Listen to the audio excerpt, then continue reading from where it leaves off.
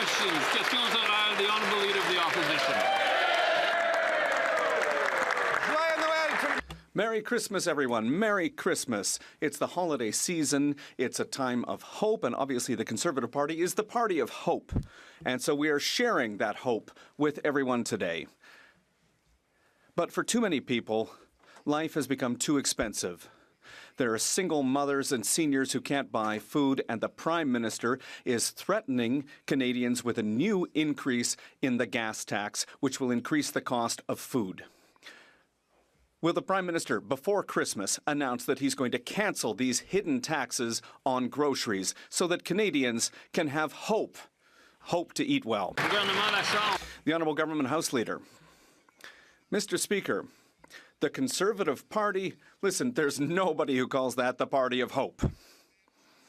But in this holiday season, I would like to wish even to the Grinchy Leader of the Opposition a very Merry Christmas, and the same to the entire Conservative caucus. I hope that they'll stop imagining taxes that don't exist, taxes that have never existed and never will exist for Canadians.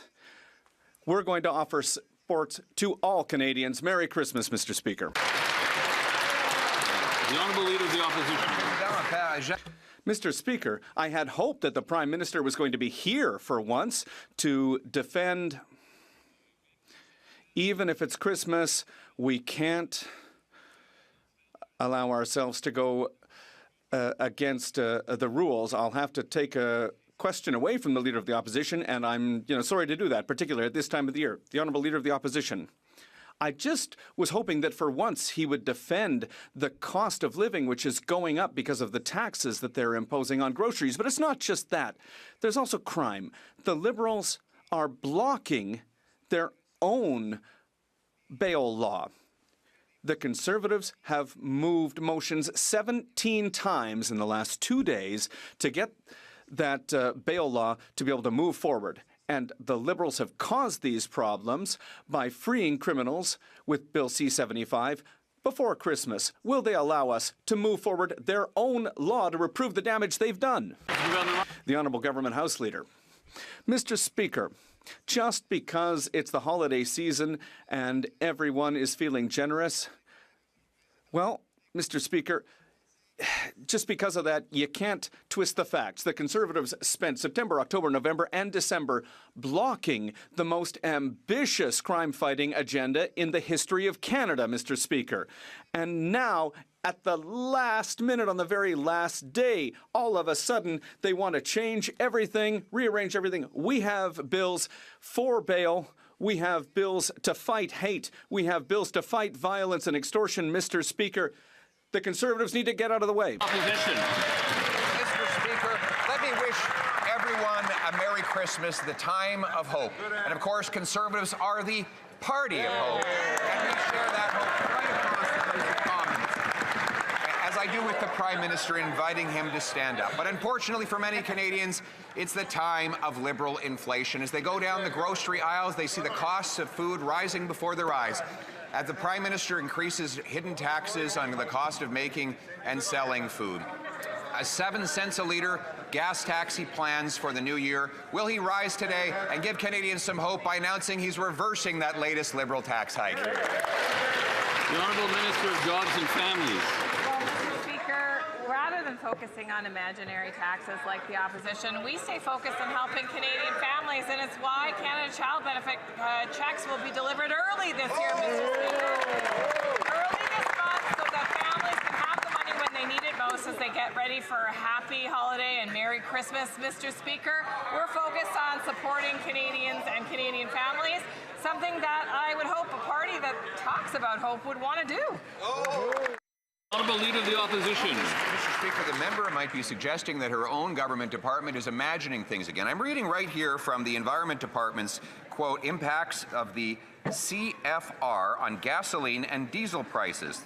And for 2026, 7 cents a litre, Mr. Speaker. Oh, wow. Another tax increase on fuel. So while the Prime Minister promised to flip-flop on carbon taxes and copy Conservative ideas, once again, it's the costly counterfeit version on his side.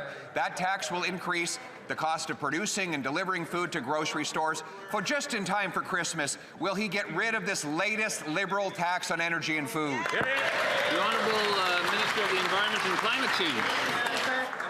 What we always seek more hope, and it will never come from the Conservatives, is actually for them to read a full report in its entirety and understand the actual implications. In fact, the fuel regulations do not have the impact as he described them, but let's go a little bit further. Let's talk about the opportunities, because I'm hoping he's thinking about canola farmers too. The regulation reduces emissions, but it creates opportunities for canola farmers. They have actually specifically said it is not a tax, and once more, it spurs innovation, creates opportunities. That's what we're about. That's what hope is about. The Honourable Leader of the Opposition. Mr. Speaker, it's very telling that the Prime Minister is not prepared to stand up and defend his own tax. But just to prove that it's another counterfeit, the Liberals say that a tax on the diesel farmers use is going to help farmers, just like releasing criminals, they say, will reduce crime. Mr. Speaker, Conservatives have been fighting to end Liberal bail for a very long time. The Liberals pretended to agree with us introducing a watered-down bail bill, but now they're blocking their own bill. Conservatives have moved 17 times to push the bail bill forward, and 17 times Liberals have blocked it, not 1 second of study at their own Justice Committee. Will they get out of the way so that we can scrap Liberal bail and bring safety by Christmas? The Honourable Government House Leader. Well, Mr. Speaker, that leader lives in a bit of a parallel universe if he thinks that we are the ones in the way of the most ambitious crime-fighting agenda that has been presented to this Parliament ever. Mr. Speaker, the Conservatives are blocking progress on bail reform. They are blocking progress on immigration reform. They are blocking progress against extortion, child pornography, against all manner of crimes, Mr. Speaker. Will that leader stand up right now, turn around, tell his caucus, get out of the way of the Liberals fighting crime?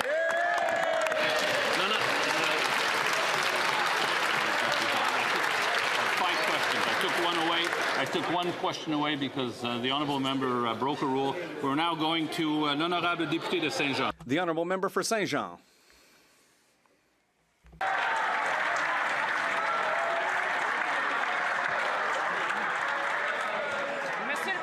Mr. Speaker, we're not ready to start. We'll restart.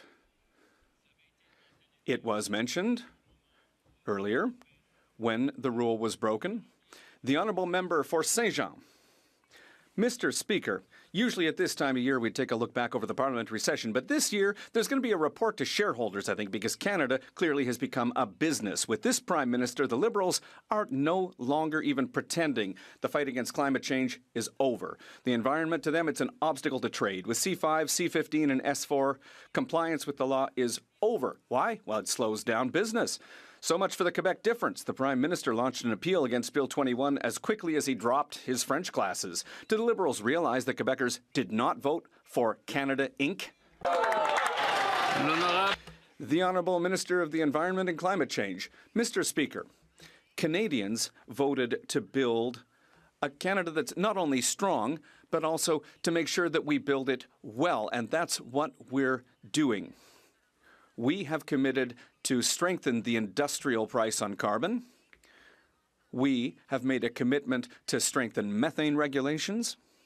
We have committed to continuing with clean electricity, particularly in Quebec, and that's going to continue.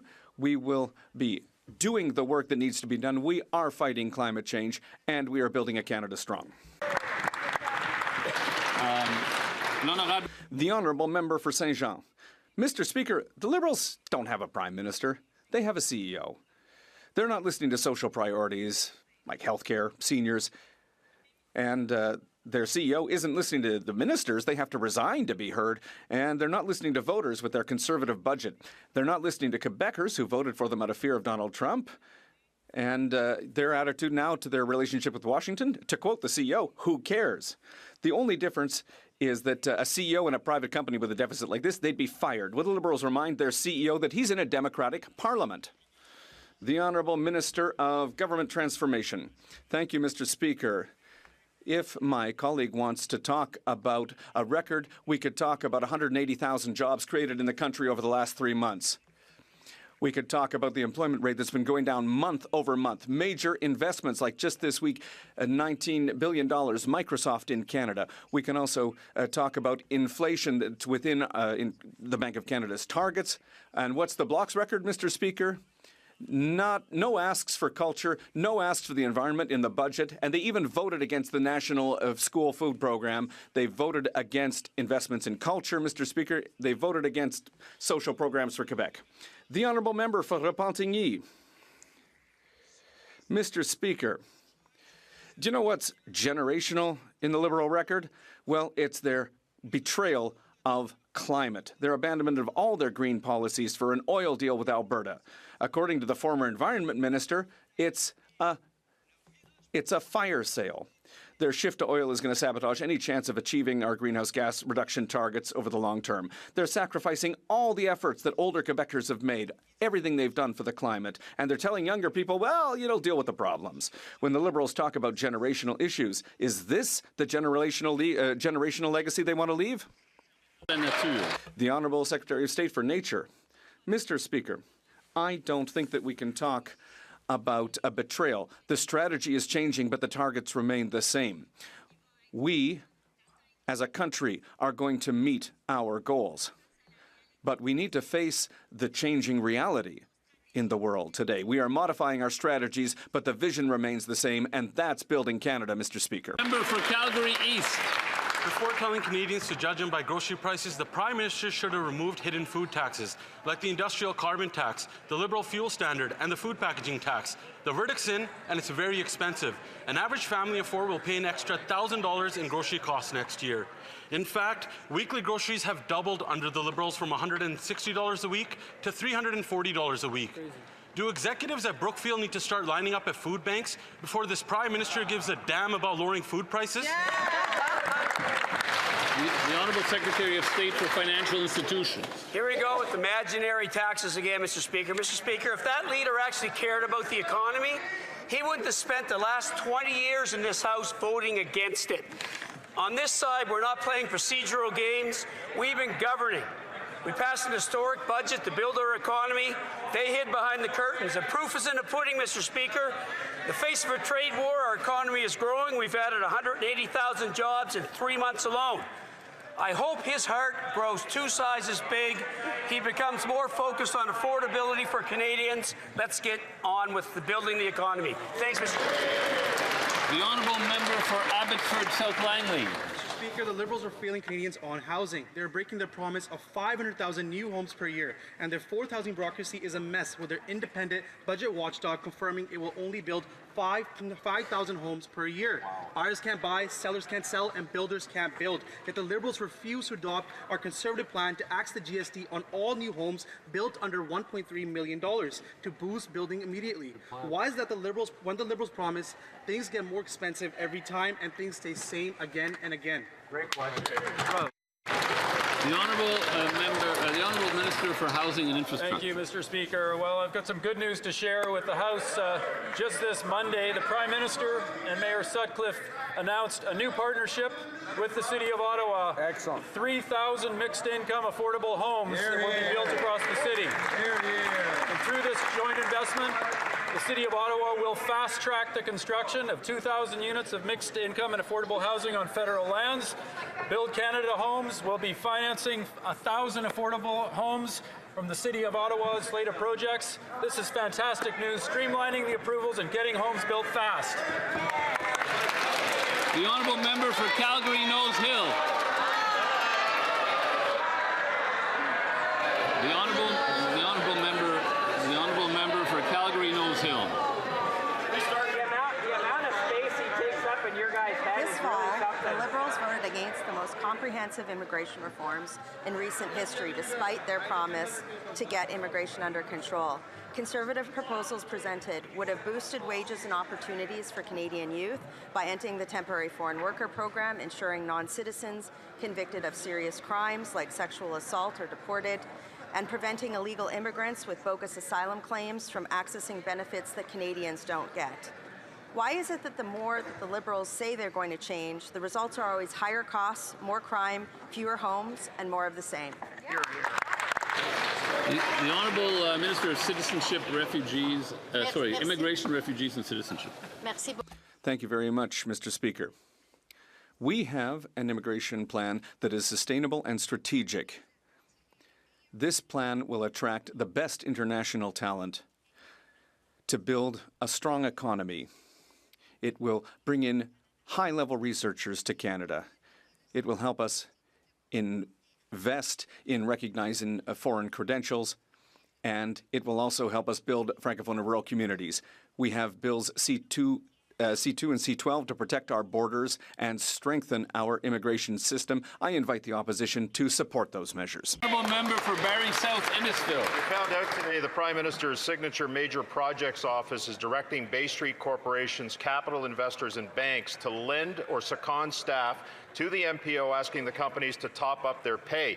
Here's how greasy this is. Banks, energy, mining companies, and Brookfield could end up with employees on the inside of the MPO, giving them the inside track and advice on projects they're working on, while these companies pay their salaries and provide lucrative bonuses.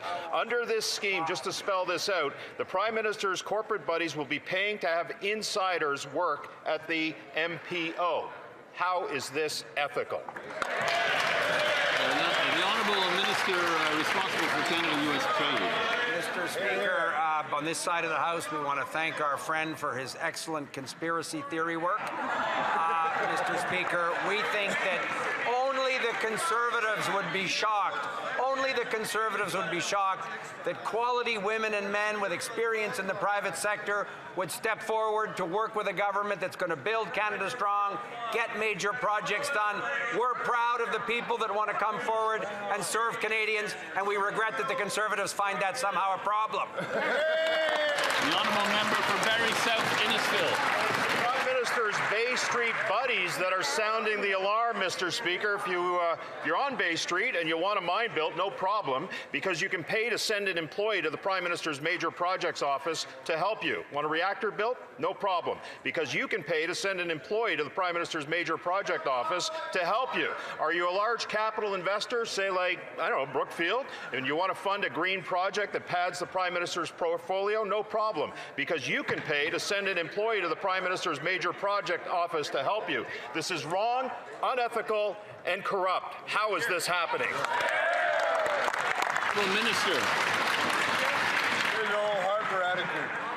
Again, Mr. Speaker, on this side of the House, I remember being an opposition member of Parliament.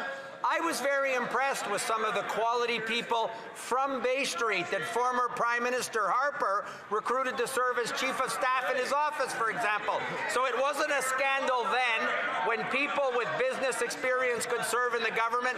And we're proud, Mr. Speaker, we're proud that this government and this Prime Minister is able to recruit that talent to join the talented women and men in Canada's public service to get things done and to grow the Canadian economy. The Honourable Member for Leeds, Grenville, Thousand Islands, Rideau Lakes. While this Prime Minister and his government are looking to stack their major project office with corporate insiders and then have corporations send money to the major project office, Canadians are lined up at food banks in record numbers. Now, the firms paying those so-called top-ups to government employees are the same ones who are going to benefit from fast-track decisions made by the major project office. Why is it that the only pipeline that they're getting built is one that funnels cash from Bay Street to this Prime Minister's major project office?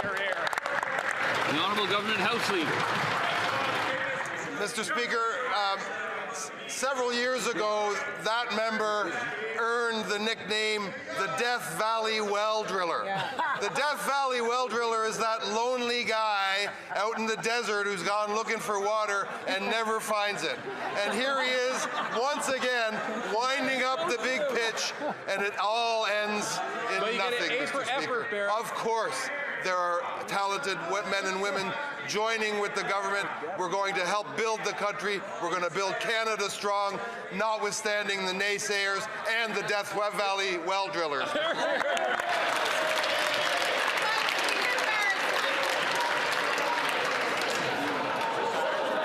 honourable member for Leeds, Grenville, Thousand Islands, Rideau Lakes. Mr. Speaker, we've seen the depths of the corruption from these Liberals, and we've seen it with these ministers, including those who sit in the front bench today, who've been found to have broken Canada's ethics laws. And this Prime Minister is the one who has the market cornered on shadow lobbying, and now it looks very much like he's inviting more of his Bay Street buddies to have the inside track and have Bay Street pay for access so that his government can fast-track their projects. Canadians are lined up at food banks, and Liberal insiders are lined up at the Prime Minister's front door. Why won't... The Honourable Minister of Natural Resources. Mr. Speaker, it's easy to dream up conspiracies about everything when you've never built anything. When you've never built anything. We should be proud that good, hard-working people from the business community want to come to this government and work to build this country strong. The honourable member for Côte Nord, Kawawa-Chikamack, Nitassinan. Mr. Speaker, for Quebecers, the approach of the holiday season is a time of generosity towards those less fortunate.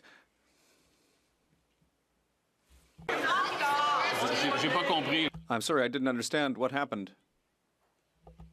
Il n'y a pas d'interprétation? There's no interpretation? No? Okay, we'll start again. The honourable member. Mr. Speaker, for Quebecers, the approach of the holiday season is a time of generosity towards those less fortunate. But for the Liberals, well, it's not so clear, because they're cutting $25 million in Quebec for help for people experiencing homelessness. Last Thursday, the minister confirmed that he's ending the Encampment and Crisis Response Program as of March 31st. How?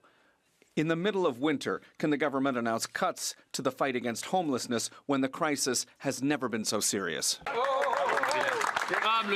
The Honourable Minister of Health. Thank you, Mr. Speaker. I would just like to note to my colleague across the way that the Government of Canada has put in place the Canada Dental Plan, which is having a major impact on the lives of Canadians. 6 million Canadians are already covered by this program, including the most vulnerable. Many people are able to see dentists and dental hygienists for the first time in their lives. I would invite my colleague from across the way and all colleagues to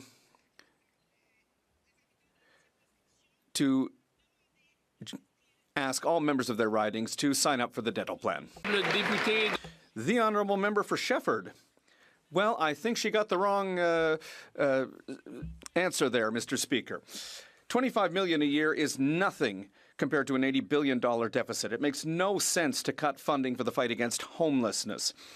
This is tens of thousands of dollars less for each one of our community organizations at a time when they know that the crisis is affecting more and more vulnerable people. This includes women who now represent about 30% of people living in homelessness. That's double the numbers that we've seen in the past. Frankly, is this really the time to cut funding to Quebec and to our organizations?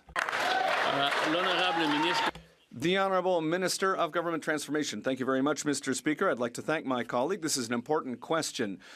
Homelessness in the country and in Quebec is particularly concerning. That's why we have a homelessness strategy. It's been in place for a few years with major investments. I would ask my colleague to look at the budget for 2025, which she voted against. There's $1.1 billion for transitionary housing for people living in situations of homelessness, and to also help prevent people fall into homelessness. I would invite her to review her position on budget 2025 and support us in our efforts to fight homelessness. The Honourable Member for Charlebourg-Saint-Charles. Mr. Speaker, here in this House, all members have to follow the values and ethics codes for members of Parliament. And in the Conflict of Interest Act, it says that it is prohibited for a public office holder to personally solicit funds if doing so places them in a conflict of interest. The Permanent Anti-Corruption Unit in Quebec is now conducting an investigation into the Liberal funny business scandal, the Fling Flang scandal, here in Ottawa. It's a criminal investigation. 2 weeks ago, the Liberal member for Laval-Les-Îles promised TVA that he would make a statement to explain his involvement in this affair.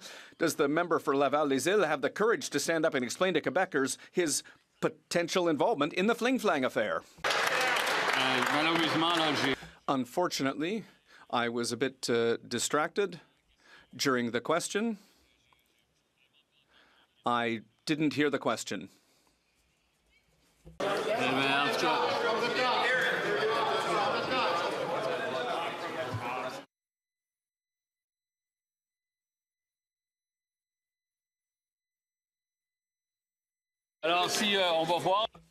We'll see.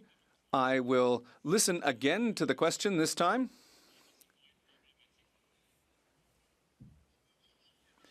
Well, listen closely, Mr. Speaker. Listen very closely. Well, listen, it's one of your members. It's because of one of your members. It was one of your members who was speaking to me. So, listen, we'll be careful with the sarcasm, okay? All right. The honourable member can start again.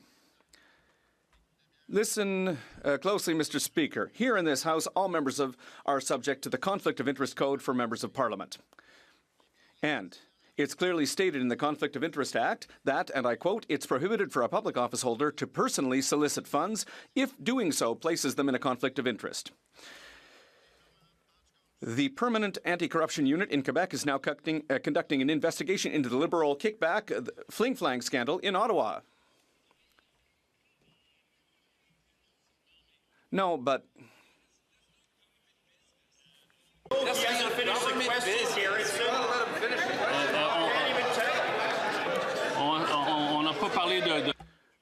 We haven't spoken about a member of the government, a member of cabinet.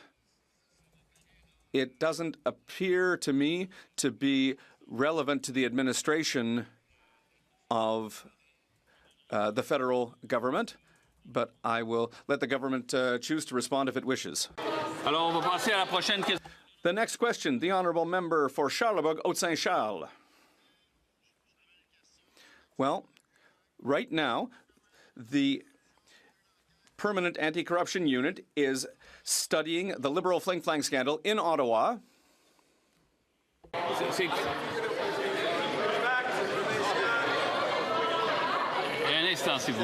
Just a moment, please. Just a moment. Just a moment, please.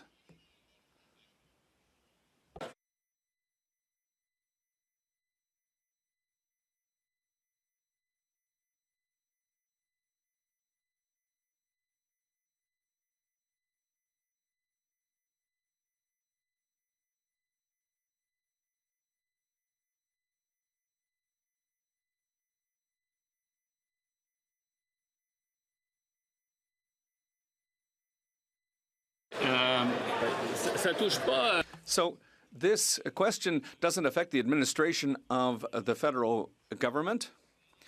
I'm not aware of what UPAC would be investigating in this case. If it's the same, it seems like it's the same question as the previous question. Mr. Speaker, I'll ask another question, Mr. Speaker. Because the media is talking about this everywhere. The member for Laval-Les-Îles said to TVA that he would explain his involvement in this scandal, which is currently being studied by UPAC. But my question, Mr. Speaker, now is on the Prime Minister's decision to choose Mike Wiseman to become the next ambassador for Canada to the United States, knowing very well that Mike Wiseman has already said that he was the creator of the Century Initiative, which wants to see 100 million people in Canada in 2100. And he said that he didn't care what Quebec had to say about it. And Mr. Wiseman is against supply management. Can the Prime Minister change his mind and not appoint Mark Wiseman as ambassador? The Honourable Minister for Canada-US Relations. Mr. Speaker, for the fourth time, our colleague is lucky. His question was in order this time, yet he has some challenges with the facts. He's talking about people who are not in the government, public policy that is not government policy. He knows very well that our government supports supply management. Under no circumstances will we negotiate supply management with the Americans. So despite what he's trying to do, we understand that the facts are still a bit loose here. The honourable member for Bellechasse-Etchemin, Lévis. Thank you, Mr. Speaker. Food banks are overflowing, but the Prime Minister seems to be living in another universe. While Canadians are struggling to put food on the table, this Liberal Prime Minister spent $736,000 taxpayer dollars on a private jet, Mr. Speaker, even though a perfectly good government plane was available for a third of the price. 86% of Canadians have to go without meat because they can no longer afford to buy it. When will he stop making us pay for his whims while the world goes hungry? The Honourable Minister. Thank you, Mr. Speaker. Those who live in another universe are Conservative MPs, like my colleague who voted against measures that help her constituents, like the dental plan for 20,000 people. There's also the childcare benefit that reduced poverty in young people by 38%. I would like her to come to my riding so we can talk about the positive impact these policies have had on Quebecers, and she's constantly voted against. The Honourable Member for Bellechasse-Lévis. Well, I will speak to him about the consequences of his policies. A 75-year-old senior in my riding spends more than half of her income on rent and medicine. Recently, this person found themselves in front of a grocery shelf thinking, I can't afford this, and she had to leave in tears. She said to a food bank, I'm ashamed, I've worked all my life and I never thought I'd have to ask for food assistance. That is the reality on the ground, Mr. Speaker. That's the reality of their policy. The Honourable Minister. Thank you very much, Mr. Speaker. Votes speak louder than what she has to say, because she voted against an increase of the guaranteed income supplement that helps the most vulnerable seniors. She voted against the childcare benefit, against the dental care plan, against a tax break for a tax reduction for 22 million Canadians. She voted against affordable housing. I'm sorry, Mr. Speaker, but in the next year, they should perhaps check themselves and see how they can help Canadians and Quebecers. Thank you, Mr. Speaker. For Winnipeg West. Mr. Speaker, the Early Learning Child Care Program is already providing families across Canada with thousands of dollars of savings each year. In my own province of Manitoba, the program saves families an average of $2,800 a year. Last month, the Minister of Jobs and Families announced an extension of child care agreements with Saskatchewan and Ontario, ensuring that families in those two provinces continue to have access to this incredible program. Could the Minister please update us on the status of the early learning and child care in Alberta? The Honourable Minister of Jobs and Families. Well, good news, Mr. Speaker, and just in time for Christmas, tomorrow we'll be signing the extension of the early learning and childcare agreement with Alberta. And now all provinces and territories have agreed to continue this important program. That means in Alberta, childcare costs have been reduced to $15 per day, and it saves families on average $7,600 per year, Mr. Speaker. So that's money that families have to put on mortgages, to buy groceries, to save for their children's education, or even pay for hockey. Merry Christmas, Alberta. The Honourable Member for Brantford, Brant South, Six Nations. Mr. Speaker, Conservatives have asked the Liberals 17 times at the Justice Committee to start working on the bail bill. We moved 17 motions to get to bail, and 17 times the Liberals blocked it. They voted against our Jail Not Bail Act, they voted against our three strikes motion, and now they're blocking their own bill. At what point will this government stop voting against every single measure to finally scrap Liberal bail? Good question. Honourable Minister of Justice. Mr. Speaker, I'd remind the honourable member that what he calls Liberal bail is supported by the Canadian Police Association, the Ontario Police Association, the police chief in my community, and the police chief in his community. In fact, when his police chief showed up at committee, he urged all members, including the Conservative Party, to actually accelerate the process. He is citing revisionist history. If you go back and look at the tapes, you'll see that he and his colleagues spent the entire fall filibustering, talking about kittens and puppies, not crime and safety. Mr. Speaker, we are here to defend Canada's communities and the people who call them home. I wish the Conservatives would get out of the way and do something to promote public safety in this country. The Honourable Member for Brantford, Brant South, Six Nations. Perhaps this minister should actually show up at the Justice Committee and see what his colleagues are doing. We show up ready to fix the Liberals' broken bail system. But after more than 17 attempts to prioritize C-14, the answer from the Liberals is always no.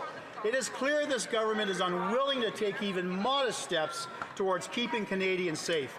And still today, they continue to block tougher bail measures at every turn. When will they stop obstructing so we can finally scrap Liberal bail once and for all, Mr. Speaker? The Honourable Minister of Justice. Mr. Speaker, after several months of obstruction and delay getting in the way of measures to improve public safety, my honourable colleague has finally realized that people are seeing that it is he and his colleagues who have been delaying and denying justice from advancing in this country. Right now we have an opportunity not just to move forward on bail and sentencing reform, but he's actively delaying legislation that is meant to help communities who are seeing their synagogues defaced, who are seeing their mosques attacked, who are seeing communities face harassment and assault in our grocery stores and on our university campuses. We can combat hate and reform the bail system at the same time. I wish he, for once, would cooperate. The Honourable Member for Elgin, St. Thomas, London South. Speaker, it's difficult day in, day out, and see the Liberals claim to have the solutions for the problems they've created. For the last 48 hours, Liberals have rejected 17 attempts by Conservative members to advance critical bail reforms because they won't get off their desire to attack the religious freedoms of Canadians. Canadians want real reforms to bail, not Liberal obstruction. When will the Liberals get serious about real crime instead of thought crime? Hear, hear. The Honourable Minister of Justice. Secretary of State for Combating Crime.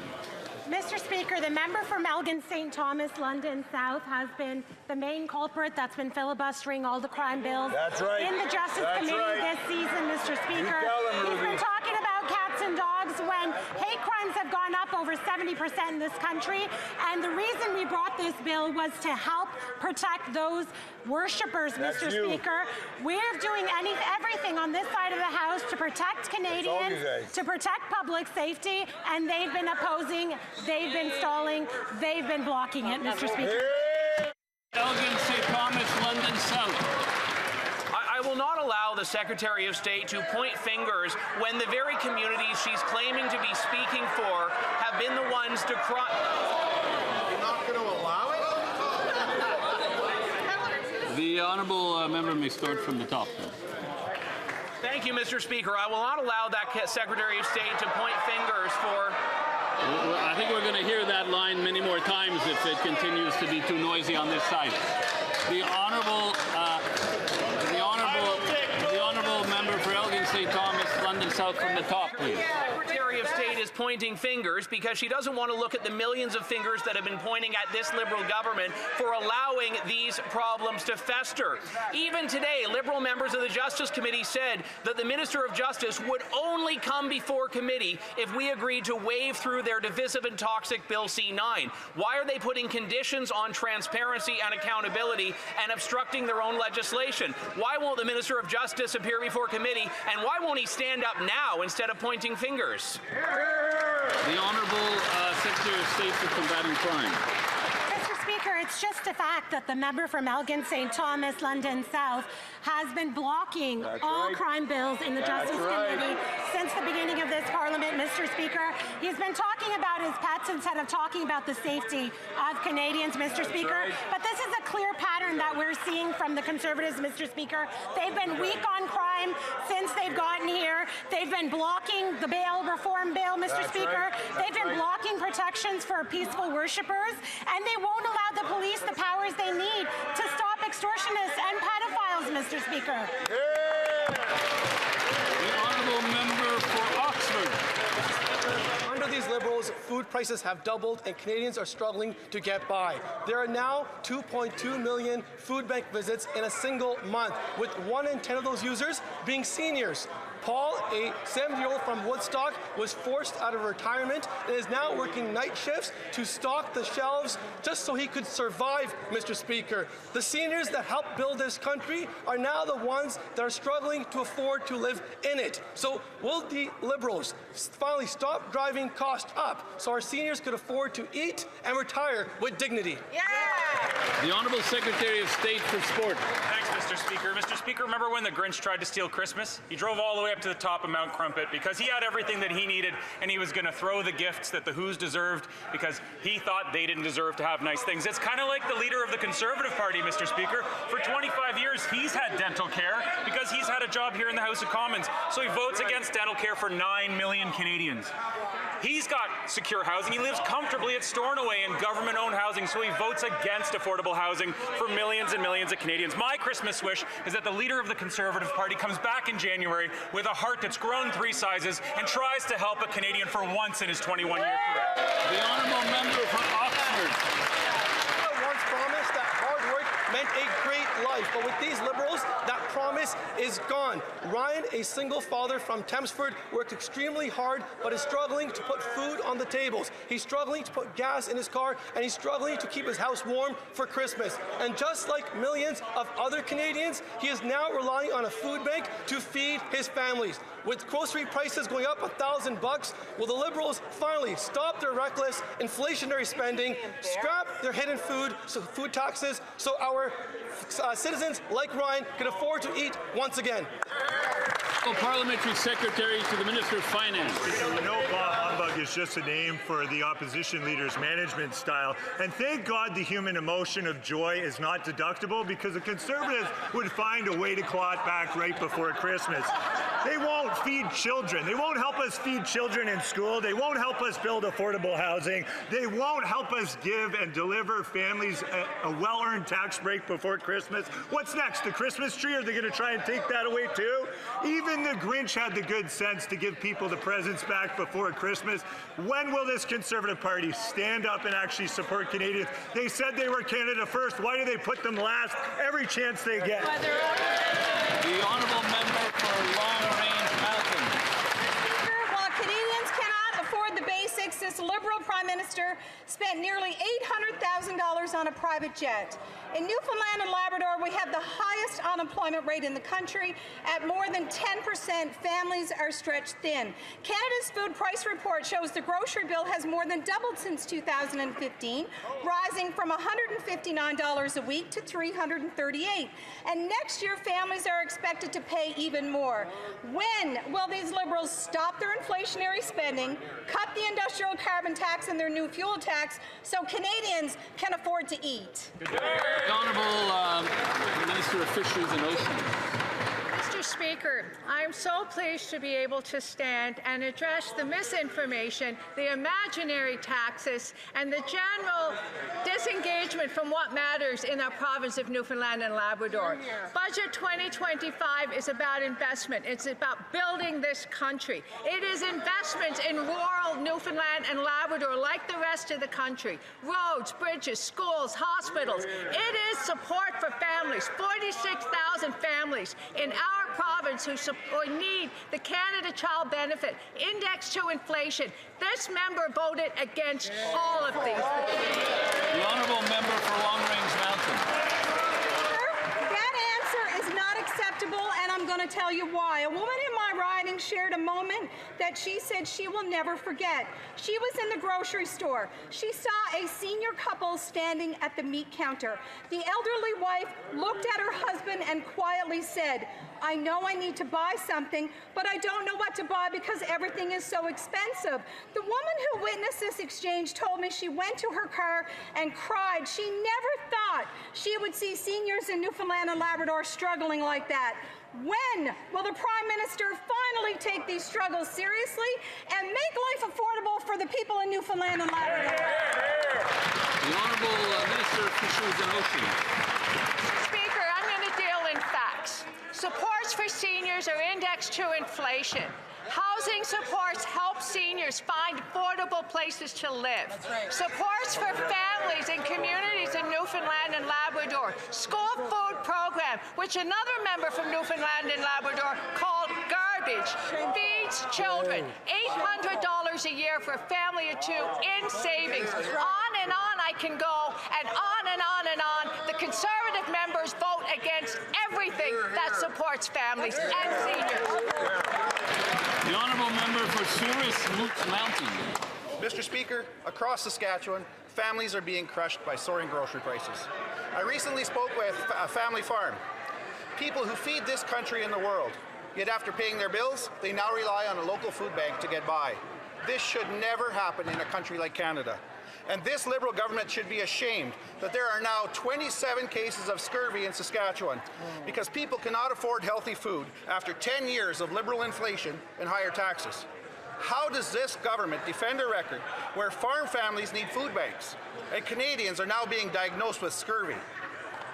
Good question.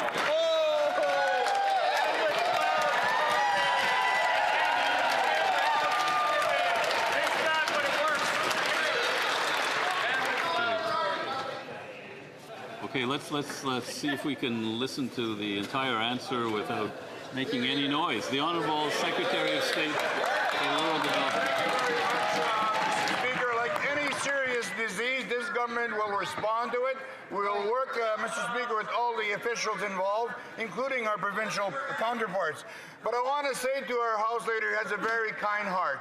He said at some of your interventions as answering the last questions, be kind, he said. So I'm going to say I wish you all the gift of greater tolerance for all people. In the new year, I wish the Conservatives place the priorities of Canada above your own political agenda. In this new year... The Honourable Secretary of State knows that he must address the House through the chair. The Honourable Member for Pierrefonds-Dollard. Mr. Speaker, in the Great North and Arctic, families face some of the highest costs of living for housing and basic necessities. In just a few months, our new government has announced several affordability measures for Canadians as well as in the North.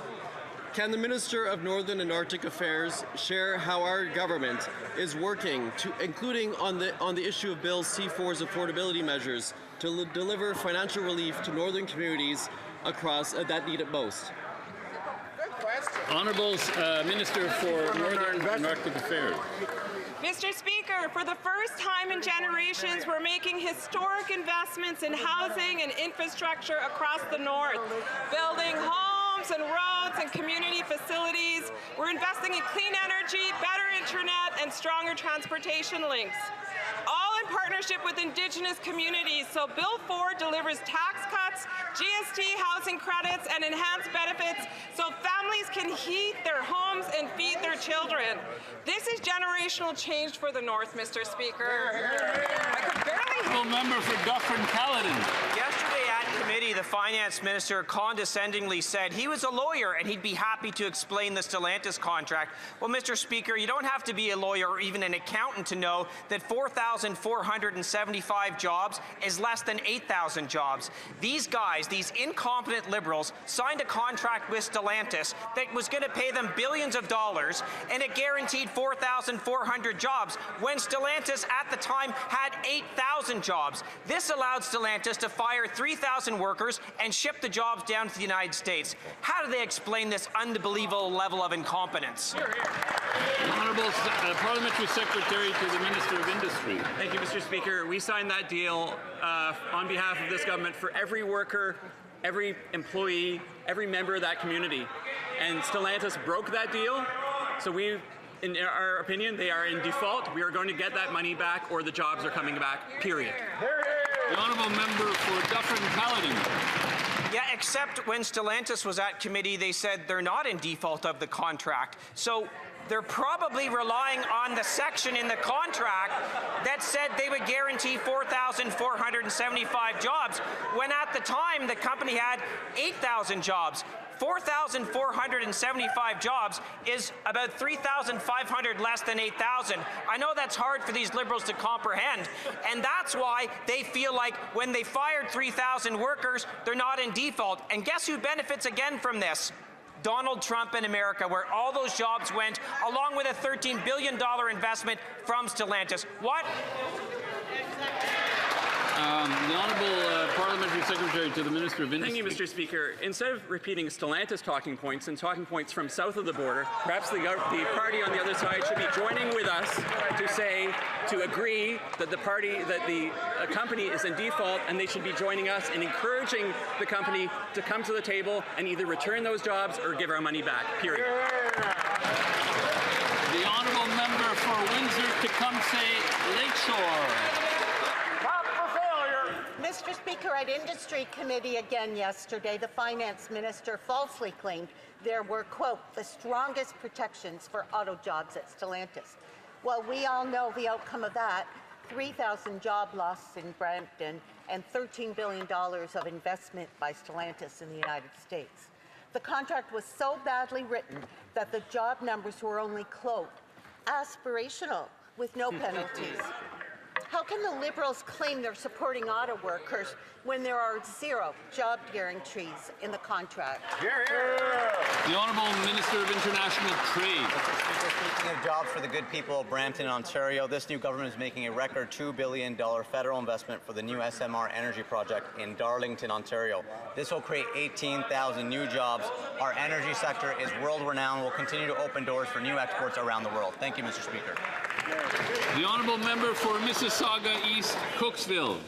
Mr. Speaker, while the Conservatives stand in the way of progress, our government is relentless in delivering for Canadians, including by bringing forward two pieces of trade diversification legislation this parliamentary session.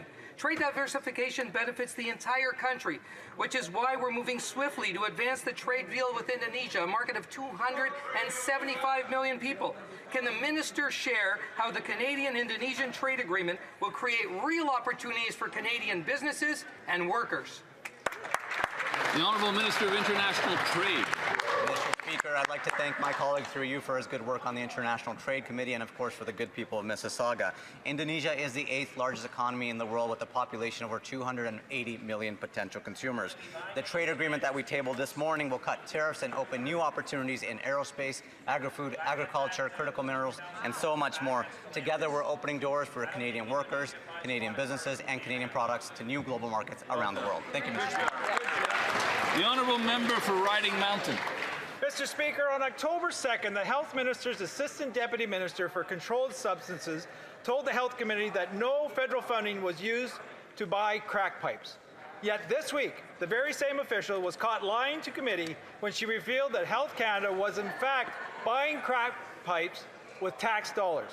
Wow. If an average Canadian lies on a government forum, they face real consequences. So, can the Health Minister tell us what consequences her senior official will face for lying to Parliament about funding crack pipes? How about... L'Honorable Ministre de la Santé. Monsieur le Président,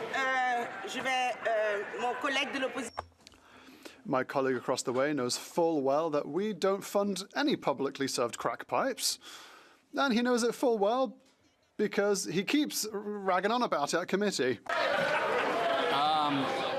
The Honourable Member for Nunavut. That Cowetson Nation Aboriginal title case is an important decision affirming First Nations rights. Let's be clear, this decision is not about taking land from private owners. The federal government must focus its efforts on reconciliation and honor of the Crown. Will the minister convene negotiations with all affected parties to ensure an orderly transition toward respecting the ancestral, spiritual, cultural rights of the Cowetson Nation? The Honourable Minister for Crown Indigenous Relations. Thank you, Mr. Speaker. Yes, we will continue to work collaboratively with all parties to uphold the principles of reconciliation, transparency, and legal responsibility. We remain available for dialogue with all parties involved. That involves British Columbia, the City of Richmond, Musqueam Indian Band, Tsawwassen First Nation, as well as the Cowichan. Thank you, Mr. Speaker. The Honourable Member for Winnipeg Centre. Mr. Speaker, the Liberals are promising massive profits to resource extraction companies by fast-tracking projects on Indigenous lands while investing nothing in community safety. Violence against Indigenous women and girls spikes around man camps, including sexual assault, trafficking, and child sexual exploitation, a reality that was confirmed in the National Inquiry into Missing and Murdered Indigenous Women and Girls. Yet this year's budget offers zero. Do our lives matter, Mr. Speaker, or is this government going to turn their back on us yet again? The Honourable Minister of Crown Indigenous Relations. The crisis of missing and murdered Indigenous women and girls is unacceptable, and our government is taking concrete action. Through the National Action Plan and the federal pathway, we are funding new shelters and safe spaces, supporting Indigenous-led safety programs, improving policing standards, and advancing culturally grounded services for families and survivors. We know progress must be faster. We will continue working directly with Indigenous partners to implement the calls for justice and deliver real, measurable change. This is our